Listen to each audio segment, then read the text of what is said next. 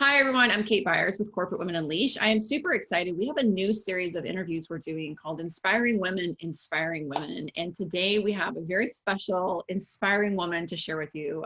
She's our client, Johnana, who we've been working with for off and on for a little over a year. She came through CWU, which is our initial 8-week program. And then she came back and joined us for one of our 6-month cohorts, which has been really exciting to have as well. And she's going to share what her life is like now, and hopefully inspire all of us in this time that's really challenging and different for a lot of us. So Johnana, thank you for being here and agreeing to do this. Thank you, Kate. I love being here with you anytime and every time. That's awesome. All right. Well, I'm excited to dig in. I haven't seen you in a while. Like I have, but I haven't, you know. Yeah. And I was thinking that too. And I actually, when you mentioned it on Friday, I had actually been thinking a week or two before, like this was the time when I had first talked with Kate. This is when things really just started unraveling in Virginia. And thinking a year back, and it's like, wow, how different is my life? I know. I feel it's amazing. And it's one of those things I remember you telling me on that call was you find it when you're supposed to find it. You know, I was like, oh, this would have been great 10 years ago. No, I needed to have found it in that space, in that time. And it's like taking control of it as well has been the biggest part of, I feel, my transformation. It's like, it was time, and I knew it was time. And it was just kind of that push of where I was in that situation of literally, and I shared that with you, literally feeling like I was at the point of just about insanity. Yeah. Just going and going and going. And it wasn't making things better. And I was getting more tension with the team and things just weren't flowing. So it was just time for me to figure out there's another way to do things. And it has been a miracle. It has. It isn't it? And yeah. It's just freedom. It's just. It is. Our life is what we make of it. And it's like, you actually do have a choice. You do. I think that was probably the biggest thing I learned from all of this is it's all your choice. Yeah. You know, we always think, oh, we have to do this. We have to.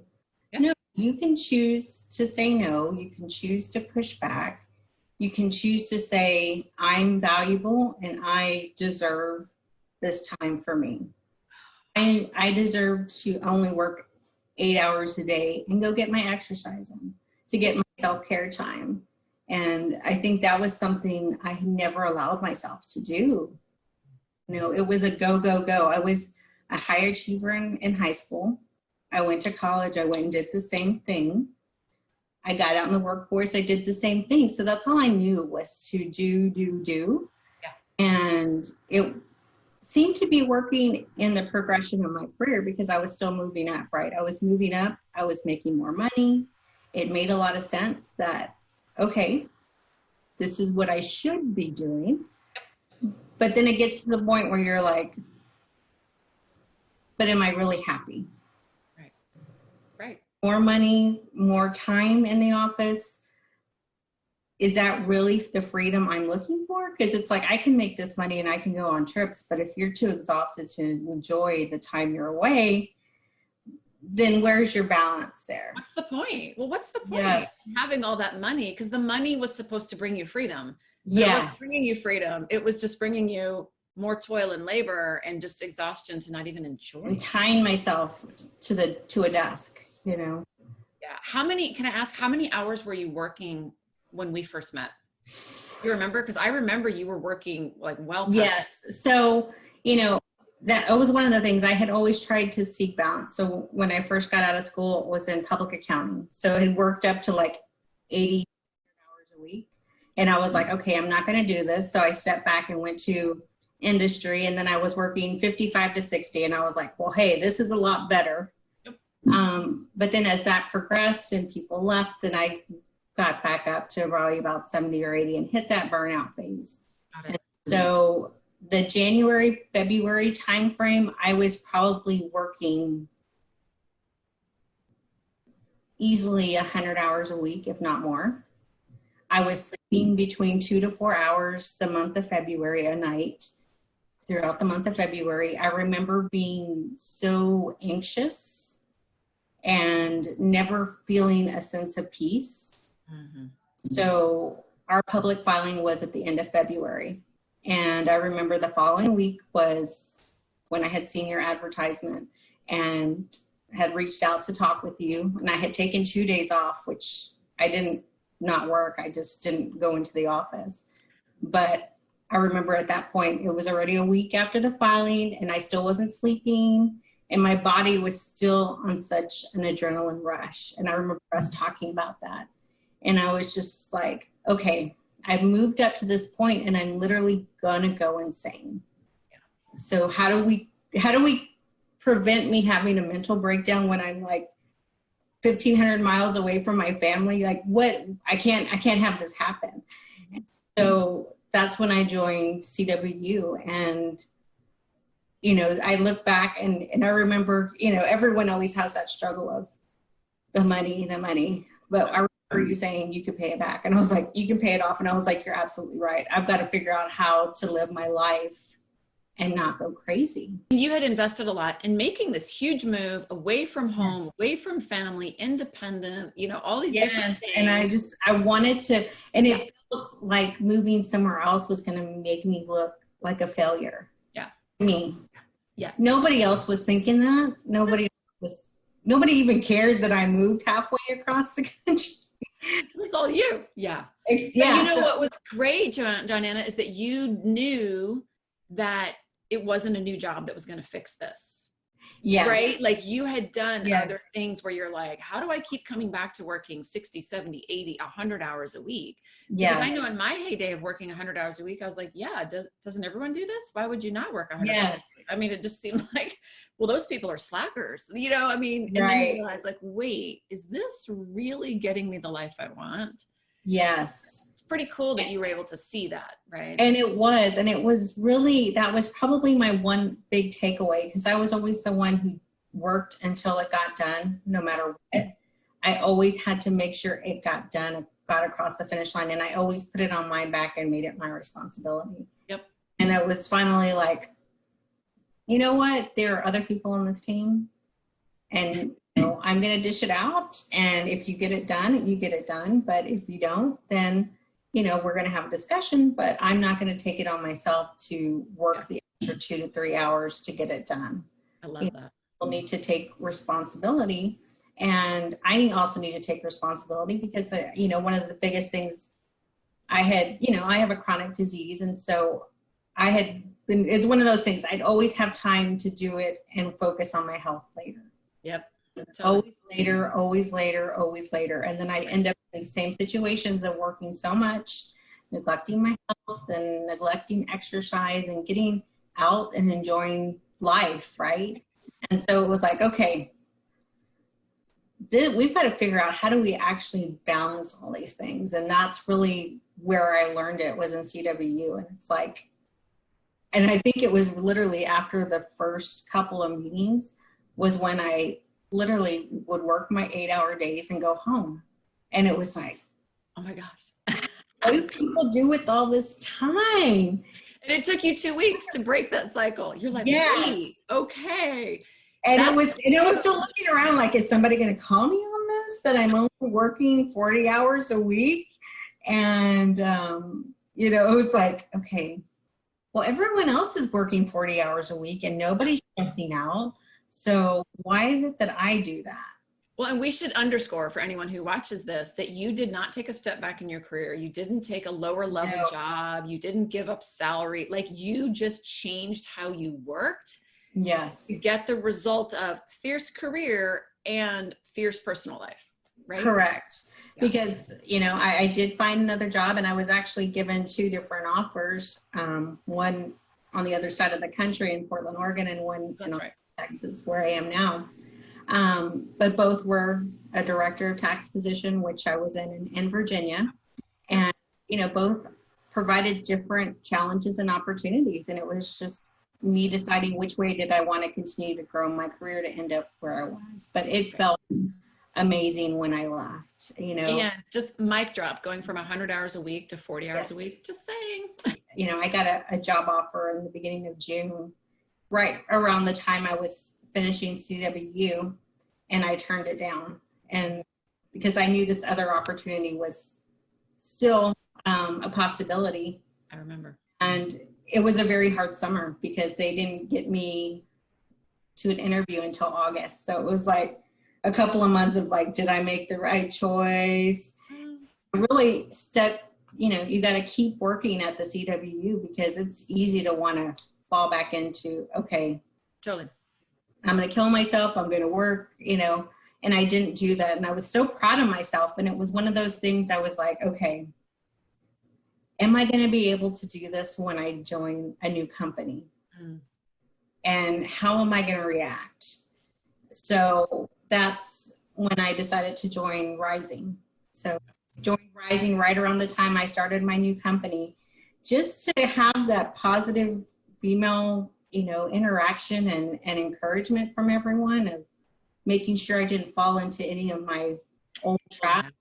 Yep. And that has just pushed me to a whole new level. How do you find yourself living in this moment? What are some of the things maybe you've learned or that you could pass along to inspire someone else? Right. And I think for me, the biggest thing I can do right now, especially when I'm working at home, is it's really easy I watch a lot of things right now on tax and trying to figure out how this big stimulus bill is really going to stimulate our economy. But at the same time, it kind of raises my level of anxiety. So it's okay, if I have the opportunity, I will literally put myself out of the office on instant messenger and go outside for a walk. I've done that for the past 3.5 weeks, just to give myself some fresh air. And that for me, you know, one of the things we learned in CWU was journaling, and I have not been very intentional about doing that, but I do a lot of that mentally, even talking out loud to myself when I'm walking. And that is probably the best thing I do, is like talking through things with myself. And why are you scared? And a lot of it is because we want to control a situation that nobody can control. If you can learn to just say, okay, that's driving me to fear or anxiety or stress, just let it go. You know, that's kind of one of those things. It's really weird to hear myself say that, because I was never somebody to let it go. And it's helped me in so many other aspects of my life, because I held on to things forever and ever. And so now that I go through different parts of my life, it's like, time for that. I'm going to keep moving on. Okay. We've got to keep moving. We've got to keep going. Because that, you know, I realized how paralyzed I was at different phases of my life by not letting go of things. And that's one of the biggest parts, you know, CWU has brought to me, and working with, you know, Laura and Melinda and the different coaches has definitely helped me realize, wow, you know, how different can we be when we just take control of what we actually have control of, which is us. Which is us. That's what we were talking about at the top of this call, which is, yes, freedom is not in all of a sudden I have all this gold and I can just do whatever I want. The freedom comes from within, in how you are choosing to go through this experience called life, mentally and emotionally, right? And what you're saying is you are taking time to think during the day, to disconnect, not distract, disconnect. And then you're able to be more creative with your solutions, make different decisions, and just enjoy the ride. Like high achievers, we do not know how to enjoy the ride. Someone told me once, you know, years ago, before I understood all this, Kate, you don't know how to smell the roses. And I'm like, where the hell are the roses? Give me a rose and I'll smell it. You know what I mean? Like this just intense, you know, it was like, I couldn't relax. It was like, Kate, take a pill. Your space, like that you, like I just told you when I asked you if you would be willing to do this, you're like glowing. Like the woman I met a year ago and the woman today, you are just like calm, cool, confident, living your life, showing up with authenticity. Do you know what I'm saying? You just like, I look at you now and I'm like, she's got it all. You know what I mean? Like, and it's definitely one of the things I think I can say I even use in my process of interviewing for a new job. being very intentional and trying to find what leaders I wanted to be in an organization with. Yes. Yeah. Would I have said that a year ago? Absolutely not. But it really is. And it's one of those things where we've talked about how this pandemic has changed things so different, made things so different. But yet I can go into a meeting twice a week with the CFO who is calm and prepared. And I'm like, whereas I know in other organizations that I've been in, people literally panic about anything, and it starts at the top and then it kind of starts trickling down. And if your leaders aren't calm and don't present themselves that way, it's hard for your whole organization to remain that way. And it is. About that, I'm like, isn't that funny that, I literally did bring that to myself and it's really challenging because both companies that I interviewed with had extremely strong leaders. Mm-hmm. Was one of those balance things. I was like, where were you two companies a year ago? I moved to Virginia. But you wouldn't have seen them, Johnana. Do you know what I'm saying? A year ago, because the focus is on the self. Who do I need to be? And I'm proving myself. And is this going to look good on my resume or all these things? And now you're no longer focused on yourself. You're like, oh, do I want an apple from that tree or an apple from that? Yes. It's like you are shopping the opportunities and looking for that, that alliance or that, that like-minded culture. That's so yummy. I mean, and understanding that was necessary for my journey to get here. I mean, that I think is something before at first I was kind of just a little infuriated with it. And now I'm like grateful. I was supposed to go through all these things to get where I am now and to be this happy. And, even amongst all this chaos in the world, I'm okay. I don't watch news. There's plenty of stuff out there. I make sure I do my walk in the morning, my walk in the evening, come and do some yoga, during lunchtime, do some stretching, just make sure that I'm staying present with myself. Because this is very weird for me, because I don't have anyone in this apartment with me. And so it's like, okay, I don't have the normal day-to-day interaction with people that you're supposed to and you take for granted. And then other people have the totally opposite, that where they have everyone at home and, they're trying to balance their work and homeschooling and stuff like that. So got to be grateful for the moment that you're given. There you go. Johnana, what a beautiful way to wrap this up. Listen to that. Got to be grateful for the moment you're given. Oh my goodness. Yes. That's fabulous. Flow. It's all about flow.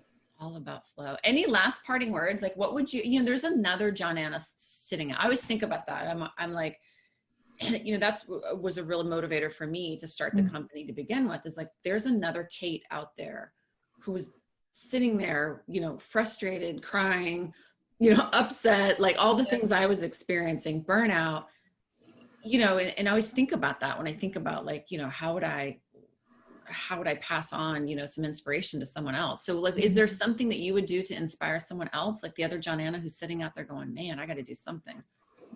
I would just say you're worth it. I think that's one of the hardest things for us as women say and do is to spend on us. It's always for somebody else. And even myself in a single position, I feel that way too. But you're so worth it. And who you are at the beginning and who you are at the end, the change and transformation that you have is well worth it. Yeah. It's worth 10 times more. Now that I look at where I started and where I am now. That's beautiful. That's so beautiful. Johnana, thank you so much for doing this. I really appreciate you asking me to do this. I am